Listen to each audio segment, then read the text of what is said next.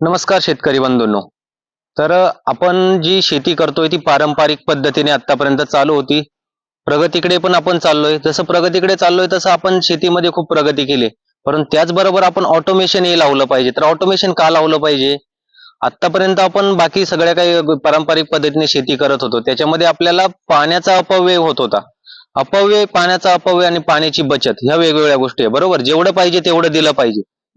मग तेवढं पाहिजे तेवढं जर दिलं तर आपल्याला पिकाची क्वालिटी राहील, क्वांटिटी वाढेल. पण ते कशाने वाढेल? तर आपल्याला वापरावं लागेल ऑटोमेशन.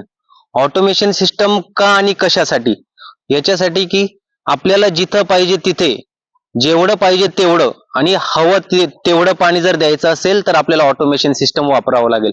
कारण का आज धावपळीच्या जगामध्ये कोणच एका जागेवर नाहीये. आपल्याकडे मनुष्यबळाचाही तुटवडा आहे. तर ह्या गोष्टी आपल्याला टाळायच्या असेल आणि आपल्याला जर फायदा घ्यायचा असेल तर आपल्याला ऑटोमेशन वापरावं लागेल. ऑटोमेशन हे तुम्ही मोबाईलवरही चालवू शकता. मोबाईलवर चालवलं तर काय होईल की जे तुम्हाला काही जायचंय, शेतावर जायचंय, तिथं जाऊन हॉल तुम्हाला चालू करायचा आहे, मोटार चालू करायची आहे, तर ती आपण पूर्णपणे मोबाईलवरती चालवू शकतो.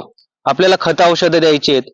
आपण समजा दिले किंवा जनरली आपण व्हेंचुरने देतो, न्यूट्रिकेअरने जे आपले ऑटोमॅटिक मशीन आहेत त्यांनी देतो. तर त्याच्या साहाय्याने आपण देऊ शकतो. मोबाईलवर दिल्यानंतर काय होईल? आपण एक पर्टिक्युलर जेवढं पाहिजे तेवढंच मिळेल. जेवढं पाहिजे तेवढं मिळेल म्हणजे काय होईल थोडक्यात? थोडक्यात आपल्याला जे काही आपलं क्रॉप आहे, झाड आहे मोठं, छोटे झाड आहेत, त्यांना आपण जेवढं पाहिजे दिलं तेवढं दिलं म्हणजे आपली क्वालिटी मेंटेन राहणार आहे.